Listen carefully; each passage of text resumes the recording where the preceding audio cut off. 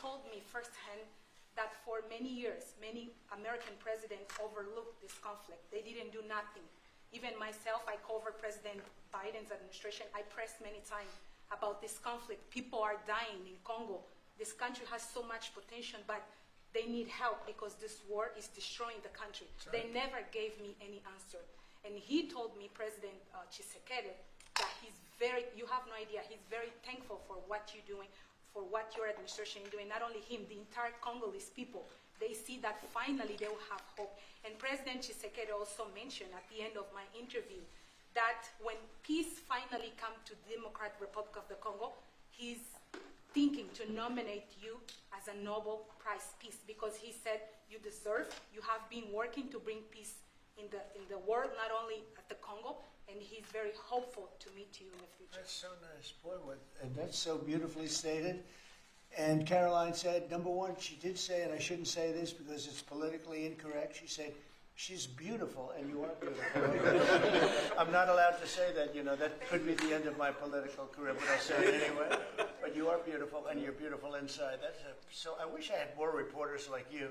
You covered Africa for a long time? Yes, for over 10 years. Wow. I covered even your first administration. Yes, I know that. That's great. Well, thank you. That's so nice that you said that. Appreciate it. And I have one more question, yes. Mr. President. Since we know in July or in the future, both President of Rwanda and the Congo will be coming yes. to the United States.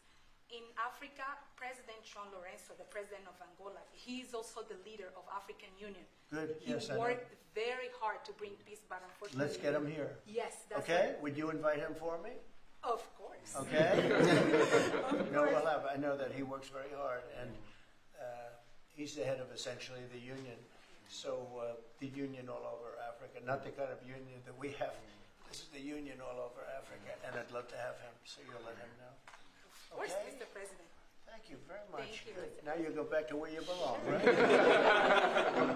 That's great. That was a great job. It's real knowledge and real heart too. Congratulations. Okay. So we're here today to celebrate a glorious triumph, and that's what it is, for the cause of peace. And this is a long time waiting. The signing of a historic peace agreement between the Democratic Republic of the Congo and the Republic of Rwanda. The conflict has continued, and it's been going on for many, many years. It's been going from, I guess they say 30 years. The Great Lakes region of Africa for a long time, and maybe even time before that. How is the Great Lakes region? Must be beautiful, right? Beautiful. Beautiful region, but they had a lot of war, right? A lot of fighting, a lot of death. It's displaced countless people and claimed the lives of thousands and thousands, but today, since World War II. So it's a shame, but we're going to bring it to an end. I want to express my gratitude and congratulations to the representatives of the Democratic Republic of the Congo and the Republic of Rwanda, who signed this pivotal agreement a short time ago. They just signed right in front. And let me also thank Secretary of State Marco Rubio, who has worked very hard on this subject, and we've worked on it together, for his outstanding leadership, as well as Senior Advisor for African and Africa Affairs, Mossad Boulos, who's, as you know, spends a lot of his time in Africa, and he's very comfortable there. I said, were you at all uncomfortable with all of the turmoil and all of the killing? And he said, no, I wasn't uncomfortable, and that's what you need. You need somebody that's going to be able to get. So, Mossad, I want to thank you very much for the job you've done. Amazing guy, actually. I also want to thank African Union, Qatar, Togo, for working closely with the United States. And I know Qatar was really working hard. And African Union, we just spoke about that. And I look forward to having them representatives here when we do the official meeting, and that'll be sometime in July. And we look forward to it. And you better be here covering it, okay? We're not going to stand anybody else covering it but you. But this is a tremendous breakthrough. In a few short months, we've now achieved peace between India and Pakistan, Israel and Iran, and the DRC and Rwanda, and a couple of others also. Serbia, they were getting ready to go to war. with a group I won't even mention because it didn't happen. We were able to stop it, but I have a friend in Serbia, and they said we're going to go to war again.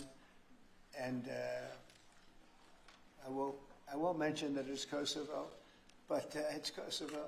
But they were going to have a big time war, and we stopped it. We stopped it because of trade. They want to trade with the United States. I said we don't trade with people that go to war. And we said that also with, if you take a look at Pakistan and India, it was great. They have two great leaders, and they were able to stop. They were in the midst of a big fight, I guess everybody saw, and it was going to get very bad. And they are nuclear nations, very powerful nuclear nations. In the months and years ahead, my administration will continue to work closely with all of the parties in this deal and ensure the agreements are fully taken care of, and you're going to do what's in the agreement. We'll say you better do what's in that agreement, right? Because if somebody fails to do that, bad things happen. But I have a feeling that after 30 years, I think after 30 years you're all set. I think both of you have said that's enough, right? That's enough. Yeah. That's enough. You've seen it all. So this is a wonderful day. It's a great day. We've had some tremendous success. It's been a great week between just coming back from a very successful trip. NATO's really pulled together. They have, they're going to spend over $1 trillion a year. Nobody expected a thing like that to happen. And we had the war, as you know. We call it the 12-day war. It was exactly a 12-day war. And we ended up with no nuclear weapons. That's what we wanted. They were just absolutely blown to pieces, those 3 sites. And there's no nuclear weapons, and hopefully there can be a lot of healing, and the healing is starting. And it's been a really pretty amazing week, and this is one that I really look forward to. This was set up a few weeks ago, and it was something that I really look forward to. If we can do this, and we do that because we have a certain competence that's good, we're able to get people to be peaceful. I think we can do war better than anybody, but we don't want to. And we have the greatest military in the world. They showed that in Iran. Those pilots, they flew for 36 hours. And think of that, and they hit their target. The size of this desk, half the size of this desk, from about 52,000 feet in the dark of night with no moon, 0 moon. They wanted it that way. Can you believe it? And they hit, every missile hit exactly half the size of this beautiful Resolute desk. We don't want to talk about it when it comes to rockets hitting it, but half the size of this, and they hit dead center from tremendous heights, going at tremendous speeds. It's amazing. Nobody could do a thing like that. Nobody has that weaponry, and nobody could do a thing like that. So we had a very busy and successful week, and in addition to that, our economy is doing great, setting records with the economy, and a lot of other good things happening. But this is about Congo and Rwanda. And I'd like to ask, if I might, would you say a few words before we introduce our guests, please? Sure. Thank you, Mr. President. Yes. So, under your leadership, Mr. President, and the full support of Secretary Rubio and the entire team at the State Department, we engaged with the 2 parties in early April. And within 3 weeks, they signed the Declaration of Principles. And now, within about 2 months from that, we have signed today the final, this is actually the final peace agreement. You know, many people were wondering if this is preliminary. No, this is the actual final peace agreement that they've signed today. You've also expressed interest in inviting the heads of states to the White House for a signing ceremony. So there will be some other additional agreements that will be signed. In addition to this, which will become known as the Washington Accord with regards to the Great Lakes region. That's great. There are some economic... Why not the Trump Accord? I'm only kidding. It'll be headlines. No, I think that's a great name, Washington Accord. Beautiful. And there's an economic aspect as well that is extremely important for both countries. They have also worked, last week we finalized the regional economic integration framework, which both countries will be signing at the White House here during that ceremony. And that's going to be a great ceremony. Absolutely. Right? We're going to make that a great ceremony and bring other people that were involved, some other people, besides the gentleman we talked about who we know has worked so hard. If you think there are other people that are deserving, let us know. Okay? And there will be some bilateral agreements. We're negotiating a minerals deal with the DRC for critical minerals. Many American companies have shown interest in investing in the DRC, and these we're talking about long-term investments. Same thing with Rwanda. Many American companies have shown interest, and not only in mining, but also in the midstream and downstream, which will be the processing of minerals. We're also working and supporting the Lobito corridor, which will help building the infrastructure. Just 2 days ago, the United States signed, and supported a project of $1.5 billion for electric transmission from Angola to the DRC. And there are many other projects of that nature lined up. So we will be, under your leadership, Mr. President, will be working with the two countries very closely and with the support of Qatar to make sure that this agreement is implemented. And a lot of our companies are in both of these countries now, especially since we've been getting along so well. It's probably the way we were brought together, and we have a lot of our big companies are there, between rare earth and all of the other things that they do in Africa, which is very greatly expanding, especially in these two countries. You have earth, they consider it to be about the best in the world, actually, I've heard. So we're doing a lot of different things, and it's all going to bring everybody together. That's how this all began, I guess. But the big thing is, the big thing for me is really only one thing, and that's getting a peace treaty with two countries that have been fighting for 30 years. And I want to thank you all. Will, if you could, Yes, sir. you could bring the letters over. Of course, sir. So in front of you, as you said, sir, these are the actual agreements that were signed respectively by the foreign ministers of the Democratic Republic of Congo and Rwanda earlier today, witnessed by Secretary Rubio. We've also prepared for you two letters. This is to President Paul Kagame of Rwanda, expressing your appreciation and congratulations for everything that's happened already, and of course inviting him to Washington for, as Dr. Bula said, what we hope will be the Washington Accords, finally setting the terms for peace and prosperity in this region, hopefully for a very long time. That's great. That's beautiful. Very important. We're going to put a picture in there, right? As soon as this is over, they're going to put, we have a fast-moving photographer, Dan, who's going to put a nice picture of us here. Okay. That's for you. And this is a letter to President Chikisade of the Democratic Republic of Congo, again congratulating him on settling this long-running war and inviting him to Washington, D.C. for the final conclusion of the agreement, hopefully soon. That's great.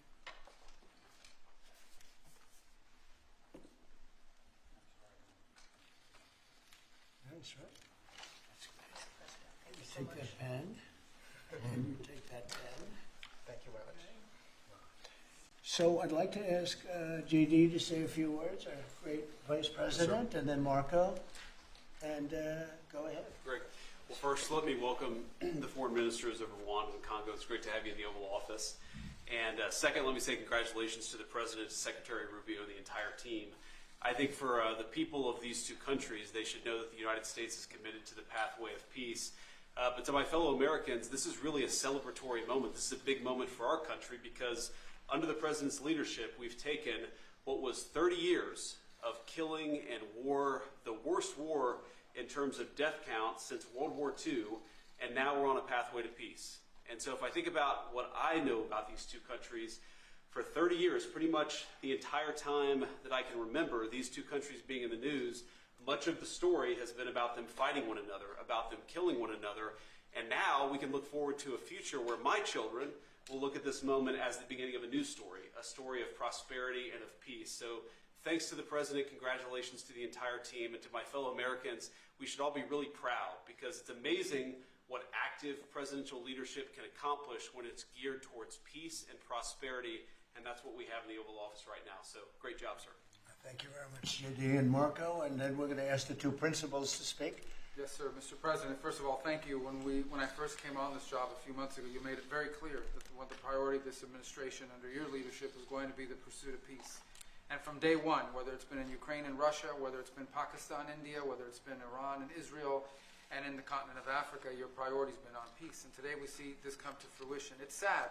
Wars get a lot more attention than peace. But peace is harder than war, a lot harder. And I want to congratulate both of the leaders here and their respective presidents for choosing the harder path, which is often peace, than the easier path, which sometimes is war, as costly and as bloody as it may be. And I echo the Vice President's statements, and that is that Americans should be very proud that the #1 voice for peace in the world today is our president, your president. And so thank you, President Trump.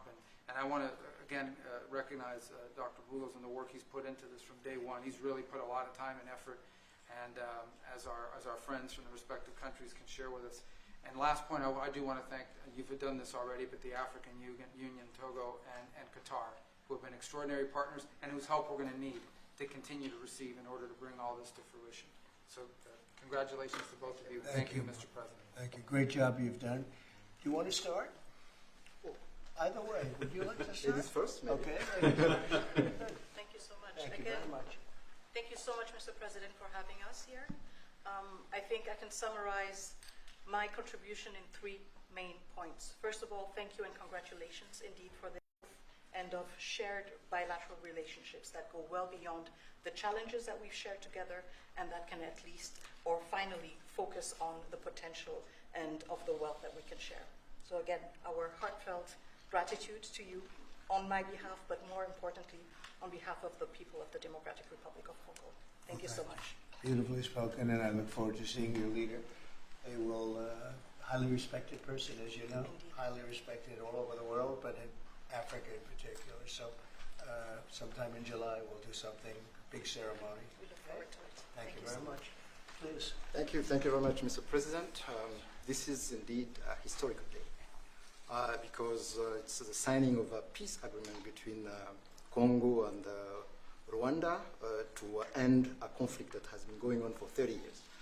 And there has been many mediation, facilitation in the past, but none of them succeeded. And we believe that it's because of your leadership and your steadfast commitment to this process, with also a new approach of economic integration, regional economic integration, which is important to allow Rwanda and DRC working together, because this is a very rich region with cross-border trade, with minerals, with natural wealth. So with the U.S. Standing side by side with Rwanda and DRC, we believe that we will achieve a long-time peace. And we also believe that, as my colleague from DRC stated, it's important for the United States to stay committed, because today we signed, but now we need to implement what we have signed in order to open this new era you were talking about of prosperity, so that we can reap the economic dividend of peace. So for this economic integration framework to be implemented, it's important for the U.S. to accompany the parties to implement what we have signed, because in the past we have signed so many agreements that were not implemented. And we are really, we believe that with your leadership, with the involvement of the United States administration, we will reach that goal. So thank you very much, Mr. President. Well, this will happen, definitely. I can reach over. Do you want to just press them over to me? Let me have them. And I just wanted to give you each. These are your signed agreements. And we'll make sure that you follow through. We'll make sure you follow through. Yeah. We'll make sure that you follow through. Okay, that's for you. And we have one other thing that we're going to give, that we give to special people only. It's a coin. Thank you. And I hope you do that. I'm going to give you a second one for your leader. Oh, thank you very much.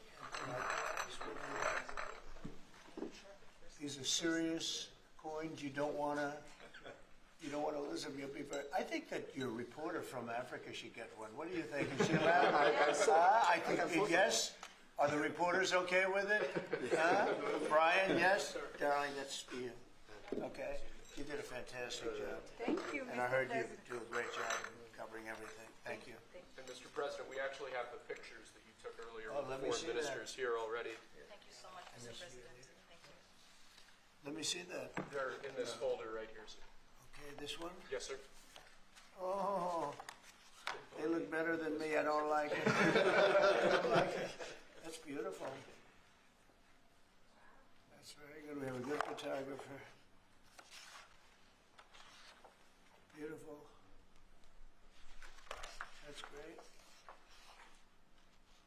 You better, I'll tell you, you better do the job here. We're going to come down. It's beautiful. Thank you very much. So we'll put them in. That's for you. I can do that. That's for you.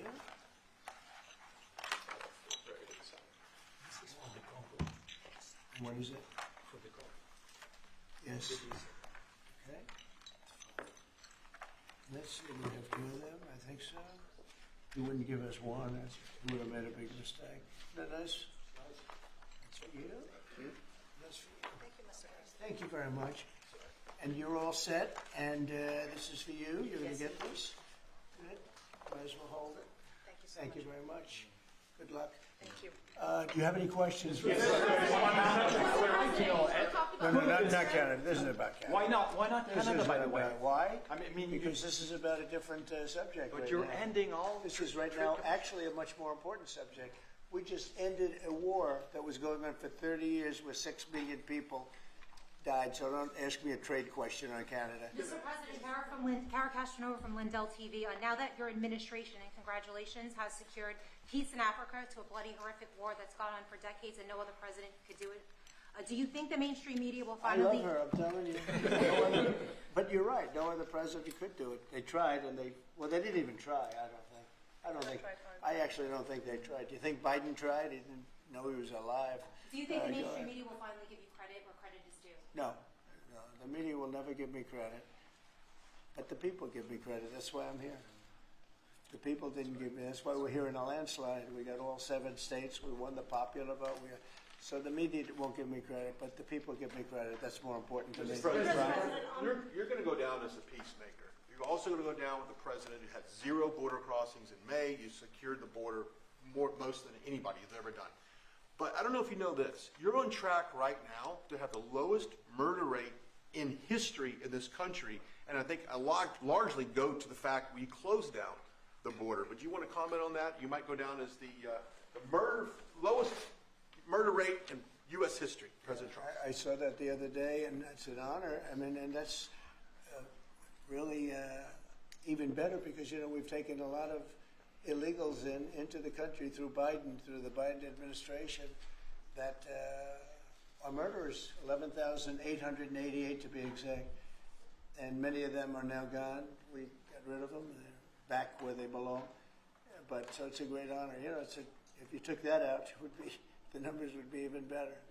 They created a lot of problems. You Truth Socialed earlier about getting money to the air traffic controllers and the big, beautiful bill, which hopefully, praise God, we get this thing signed.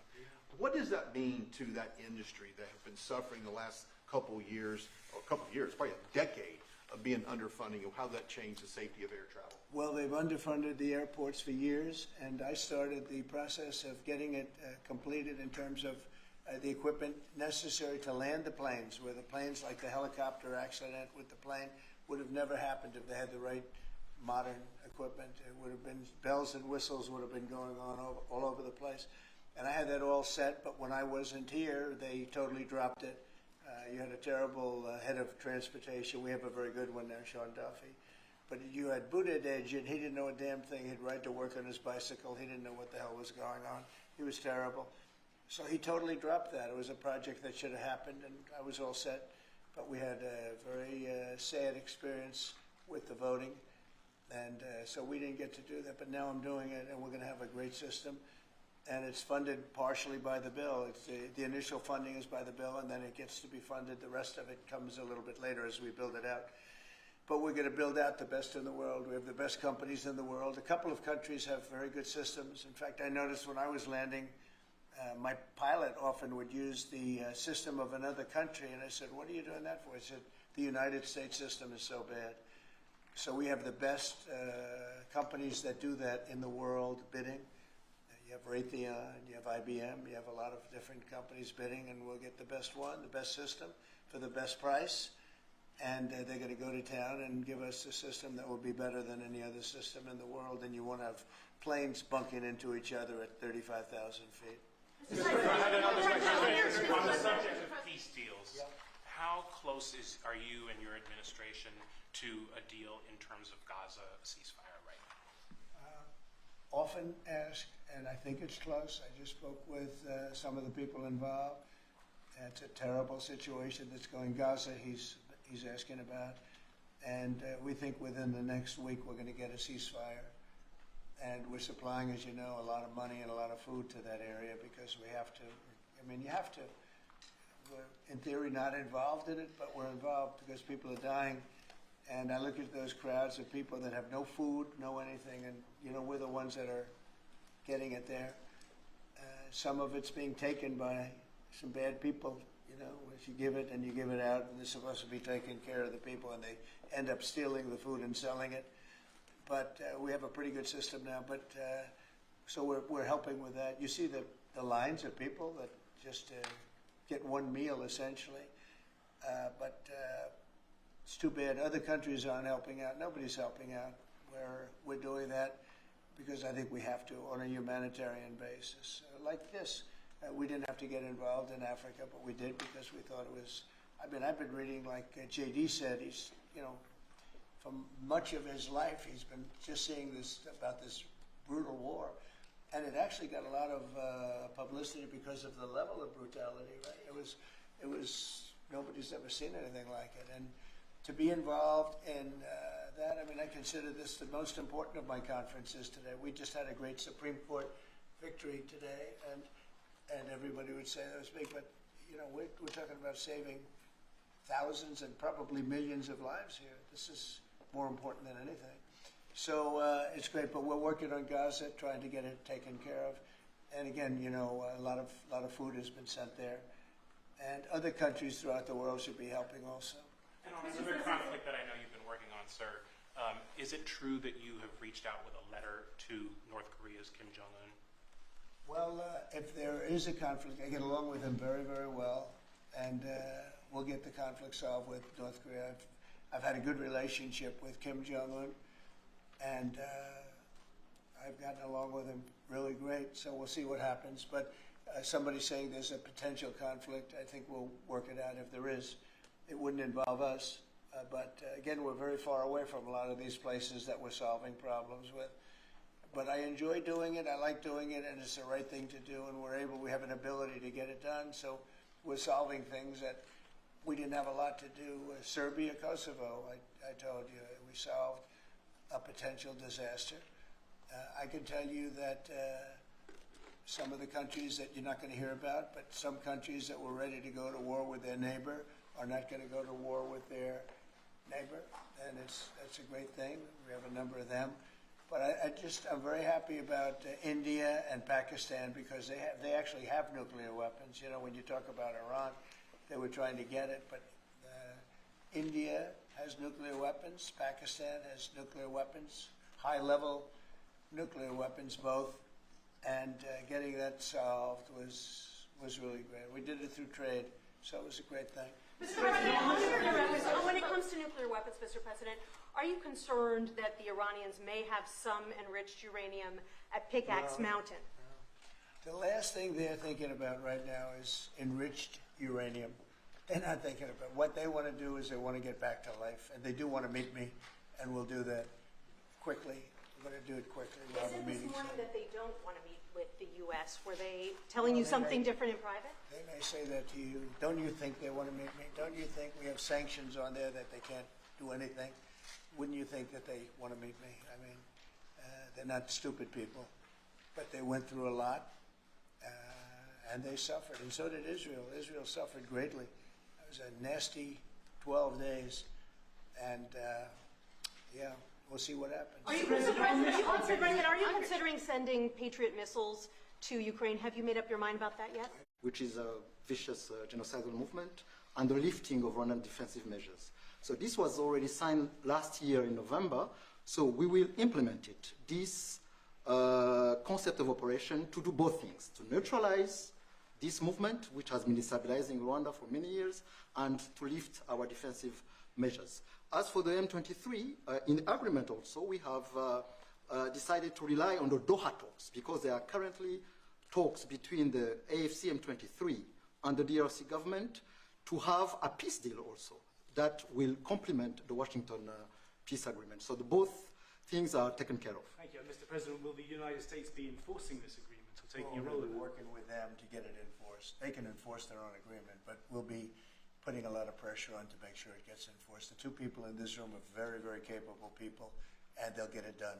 I think they'll get it done. They love their. One thing I learned very quickly is how much you love your country and you want to get it done. And they know it has to get done, otherwise bad things happen. But I think we're well beyond that. Other presidents should have done what I'm doing right now. They never did it. I don't think they ever tried. I don't think it's like they couldn't do it. I don't think they ever tried. And if they did, they wouldn't be able to do it anyway. On the Mr. president of President, if I, UPA, yes, thank you. Mr. President, can you share with us what can happen if one of the parts violate this peace agreement? Because we don't want war to come back to DRC. I'd rather not say. I would just say that there are big penalties if they violate, and they're not going to. I don't think they will violate. I think they mean it, but we have very severe penalties, financial and otherwise. Okay. Mr. President, we can circle back to your Truth Social post on Canada specifically. Why are you deciding to end trade talks with Canada, and what rate are you looking to set? So Canada put a charge on some of our companies, and Canada's been a very difficult country to deal with over the years. We hear Canada, we have a great relationship with the people of Canada, but it's been very difficult, and they put a charge, and they were a little bit early, we found out about it. So, and we have all the cards, we have every single one. We don't want to do anything bad, but they have, economically, we have such power over Canada.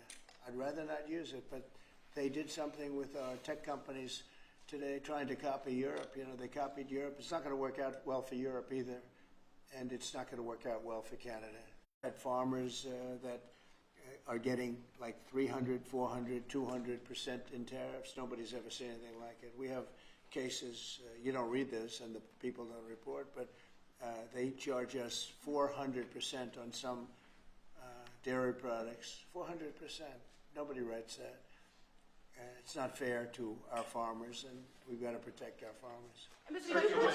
President, You mentioned how much of a rate cut it would do to the interest on the debt.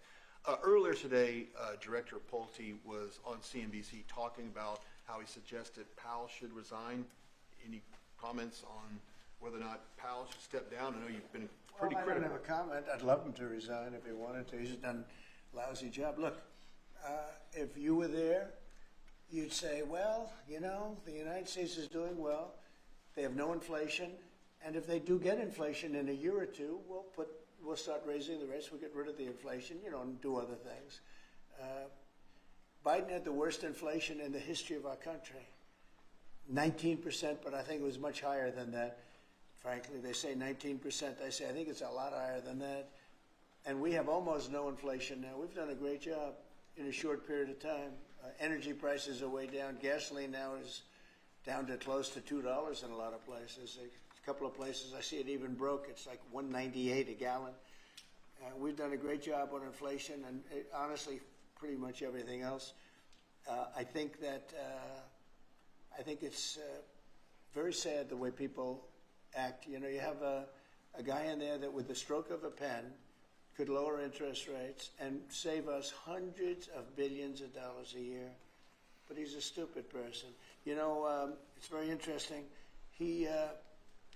I'm not sure if he doesn't understand it, because he should be able to understand it. It's sort of 101 economics, but I'm not sure of that. But think of it, with the stroke of a pen, he talks about costs. We can save $600 billion, maybe even, these are nice numbers for you, right? $900 billion, $950 billion by lowering interest rates. And it's really just more of a paper movement. It's not like you're not cutting anything, you're not cutting jobs, it's just interest rates. And we're number 40 or 44, number 45.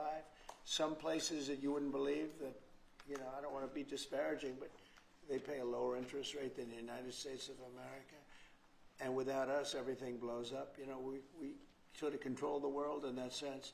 But we have a guy that's just a stubborn mule and a stupid person that is making a big mistake. He's making a mistake. And it lasts for years, because when you do the debt, now, I've instructed my people not to do any debt beyond 9 months or so.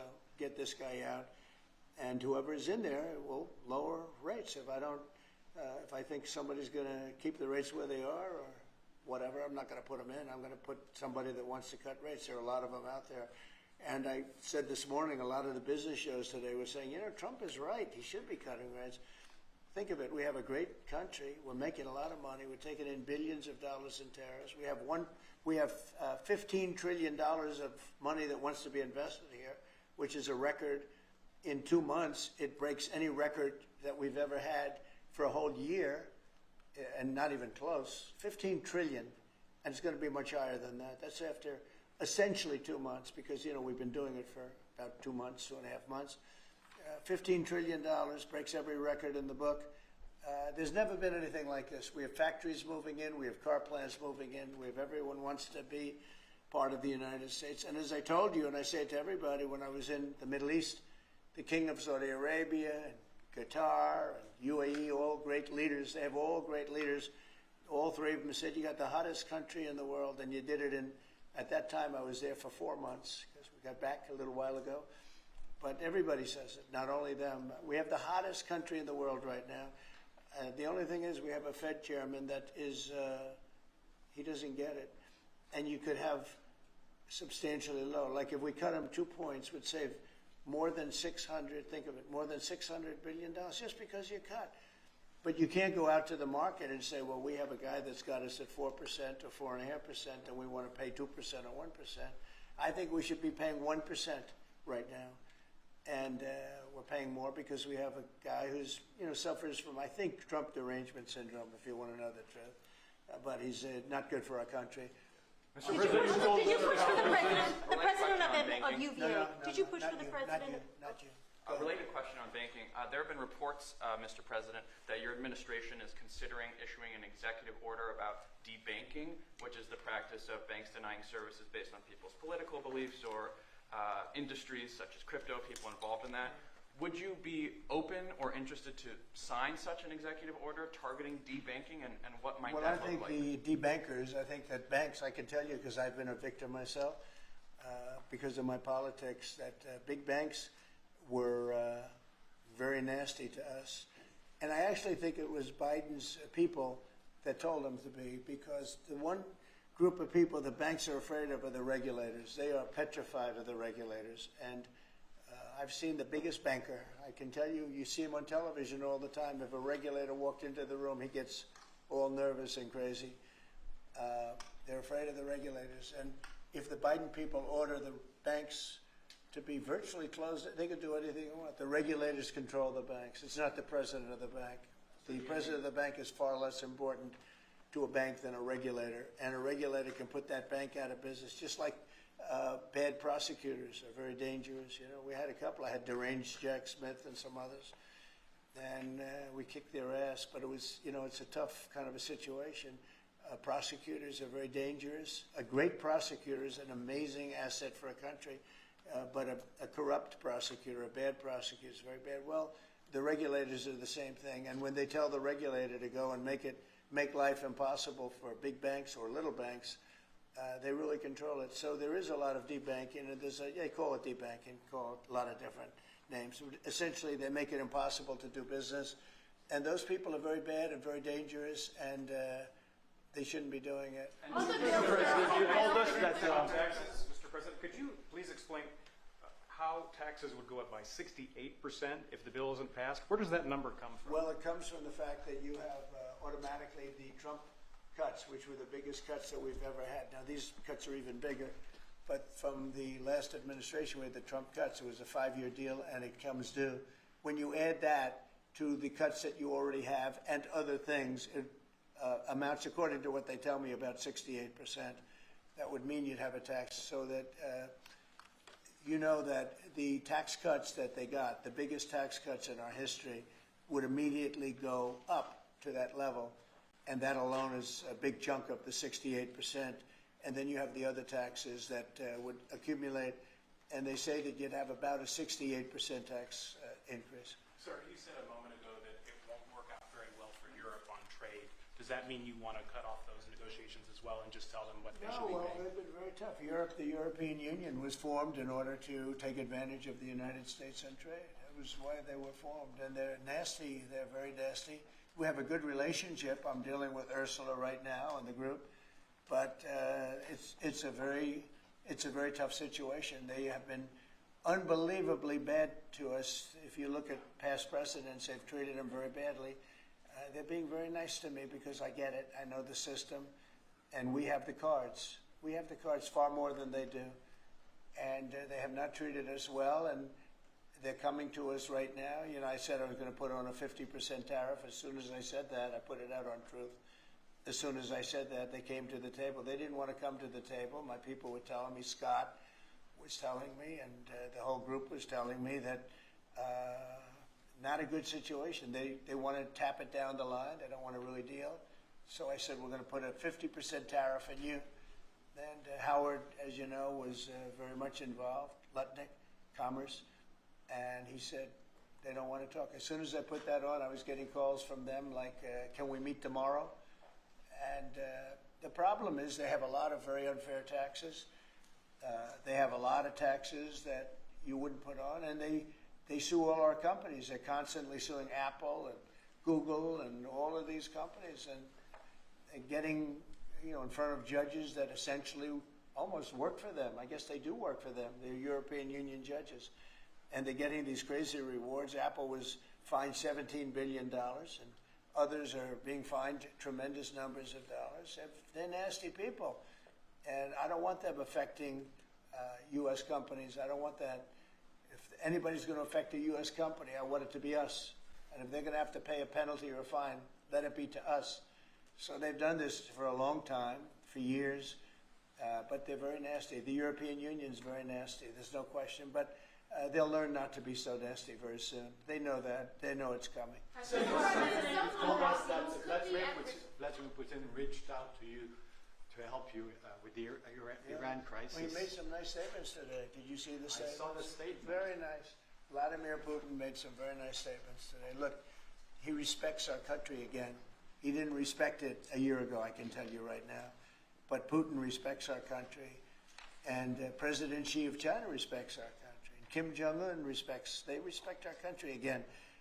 We were not a country that was respected just a year ago. We had a president that was incompetent. We had bad people circulating around this desk, this beautiful, resolute desk. They had, I guess, evil intentions. You couldn't be that stupid. I mean, they had evil intentions. But the world respects our country again. Thank you very much, everybody. Thank you, Press. Thank you, Press. This is outright historic. Thanks, guys. Thanks, everybody. Thank you. Thanks, guys. Let's go.